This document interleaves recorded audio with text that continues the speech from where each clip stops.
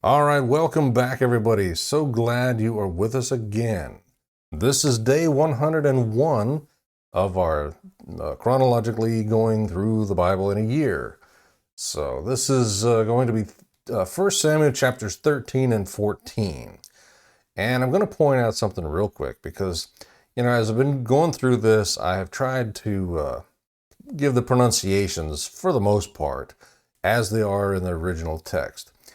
And except where they're really familiar people, sometimes overlooked that. And I did that with Saul yesterday. But the Hebrew is actually Shaul.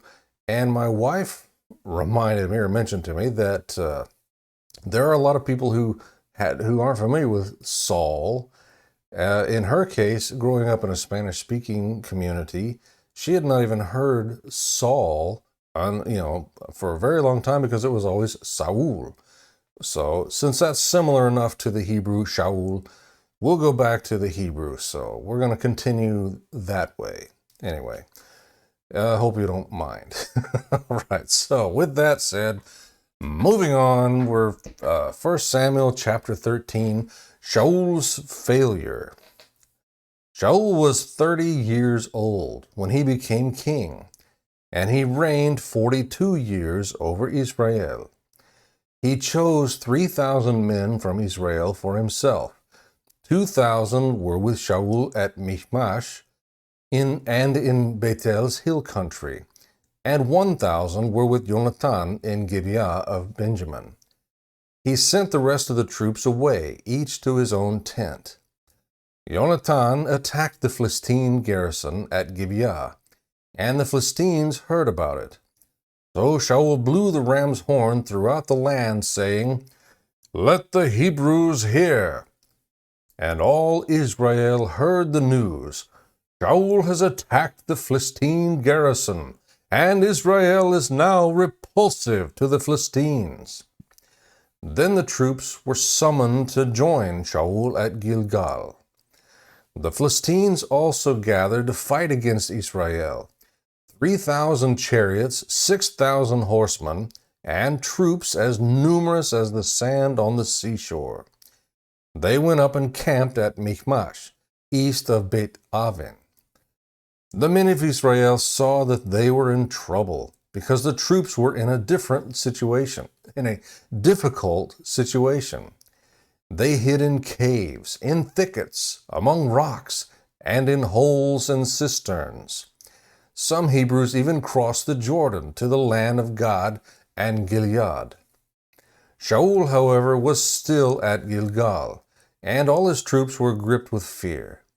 He waited 7 days for the appointed time that Shmuel had set, but Shmuel didn't come to Gilgal, and the troops were deserting him.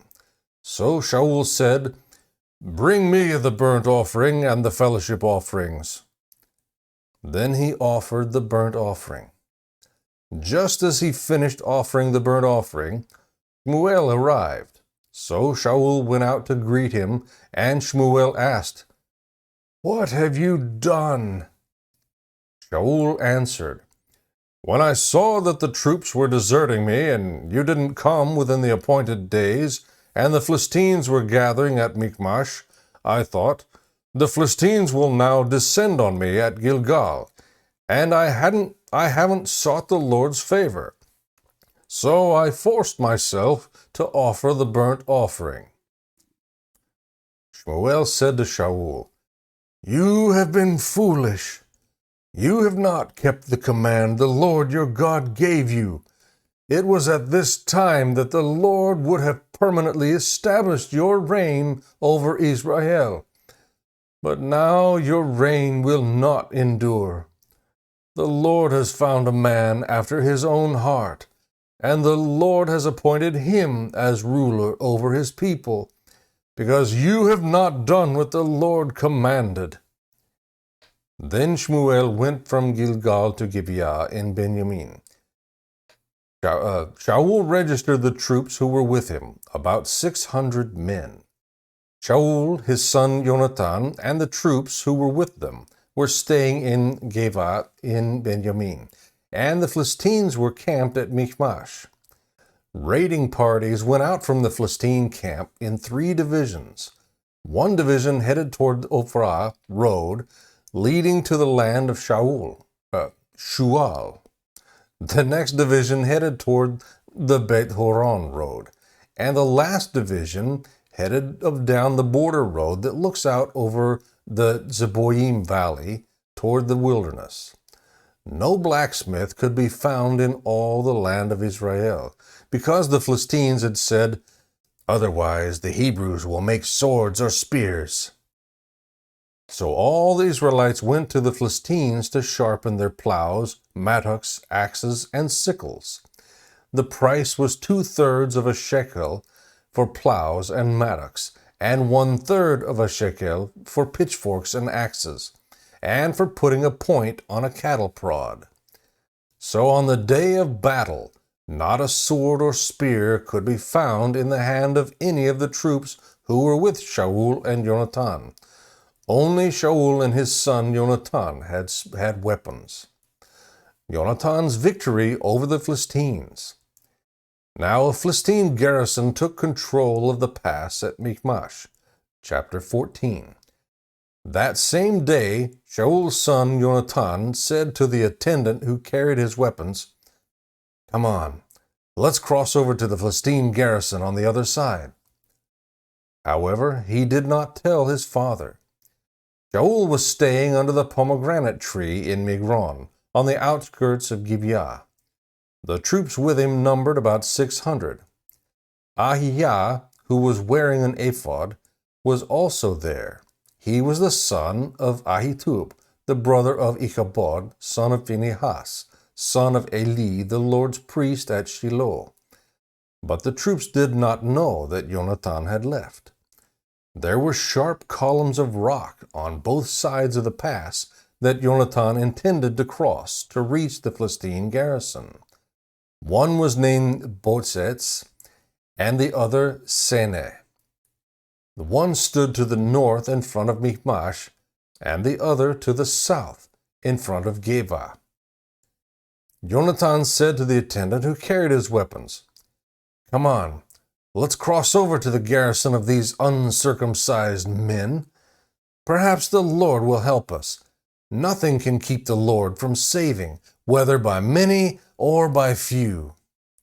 His armor-bearer responded, "Do what is in your heart.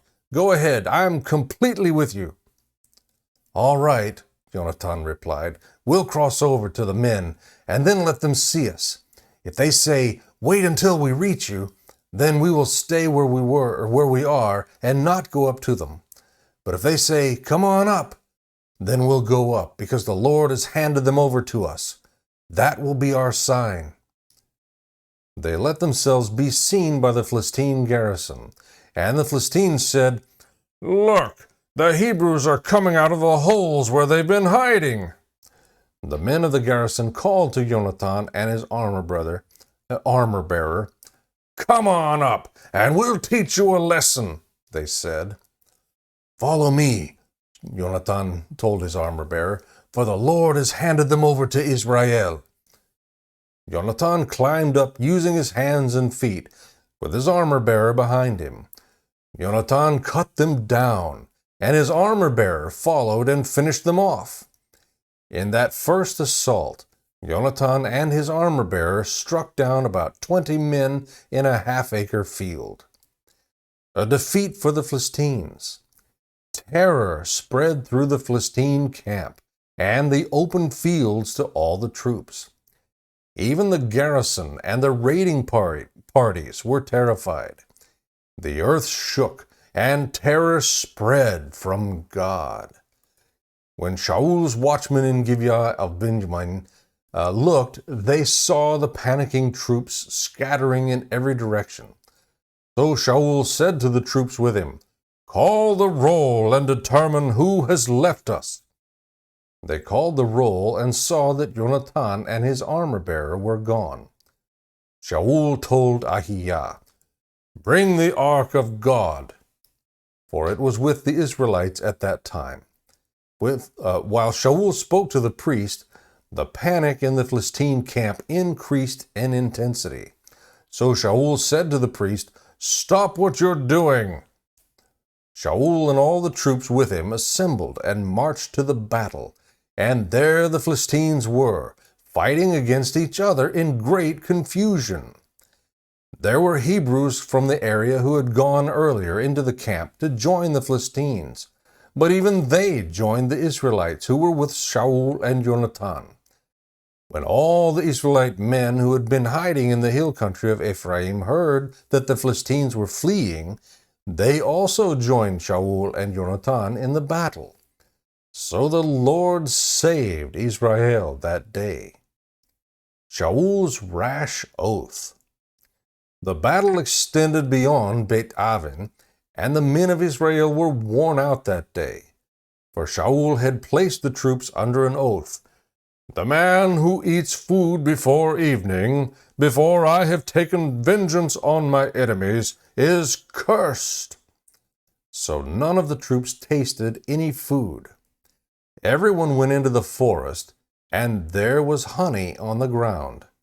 When the troops entered the forest, they saw the flow of honey, but none of them ate any of it, because they feared the oath. However, Jonathan had not heard his father make the troops swear the oath. He reached out with the end of the staff he was carrying and dipped it into the honeycomb. When he ate the honey, he had renewed energy. Then one of the troops said, "Your father made the troops solemnly swear, 'The man who eats food today is cursed,' and the troops are exhausted." Jonathan replied, "My father has brought trouble to the land. Just look at how I have renewed energy because I tasted a little of this honey. How much better if the troops had eaten freely today from the plunder they took from their enemies. Then the slaughter of the Philistines would have been much greater." The Israelites struck down the Philistines that day from Michmash all the way to Ayalon. Since the Israelites were completely exhausted, they rushed to the plunder, took sheep, goats, cattle, and calves, slaughtered them on the ground, and ate meat with the blood still in it. Some reported to Shaul, "Look, the troops are sinning against the Lord by eating meat with the blood still in it." Shaul said, "You have been unfaithful. Roll a large stone over here at once." He then said, "Go among the troops and say to them, 'Let each man bring me his ox or his sheep. Do the slaughtering here, and then you can eat. Don't sin against the Lord by eating meat with the blood in it.'" So every one of the troops brought his ox that night and slaughtered it there. Then Shaul built an altar to the Lord. It was the first time he had built an altar to the Lord. Shaul said, "Let's go down after the Philistines tonight and plunder them until morning. Don't let even one remain." "Do whatever you want," the troops replied. But the priest said, "Let's approach God here." So Shaul inquired of God, "Should I go after the Philistines? Will you hand them over to Israel?" But God did not answer him that day. Shaul said, "All you leaders of the troops, come here. Let's investigate how this sin has occurred today. As surely as the Lord lives who saves Israel, even if it is because of my son Jonathan, he must die." Not one of the troops answered him. So he said to all Israel, "You will be on one side, and I and my son Jonathan will be on the other side." And the troops replied, "Do whatever you want." So Shaul said to the Lord, "God of Israel, why have you not answered your servant today? If the unrighteousness is in me or in my son Jonathan, Lord God of Israel, give Urim.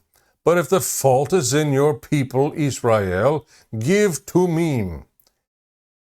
Jonathan and Shaul were selected, and the troops were cleared of the charge. Then Shaul said, "Cast the lot between me and my son Jonathan." And Jonathan was selected. Shaul commanded him, "Tell me what you did." Jonathan told him, "I tasted a little honey with the end of the staff I was carrying. I am ready to die."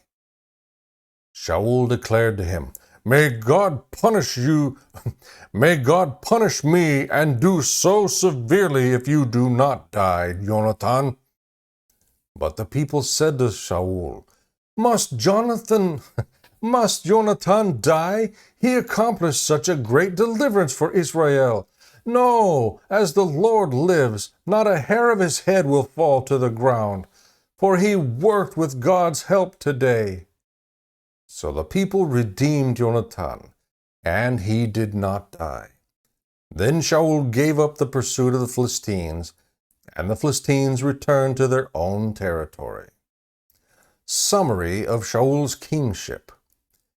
When Shaul assumed the kingship over Israel, he fought against all his enemies in every direction, against Moab, the Ammonites, Edom, the kings of Zobah, and the Philistines. Wherever he turned, he caused havoc. He fought bravely, defeated the Amalekites, and rescued Israel from those who plundered them. Shaul's sons were Jonathan, Ishvi, and Malchishua. The names of his two daughters were Merav, his firstborn, and Michal, the younger.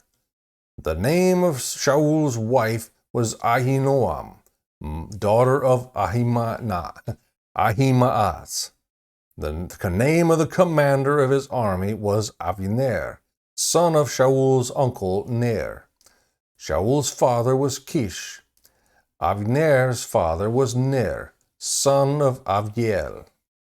The conflict with the Philistines was fierce all of Saul's days. So whenever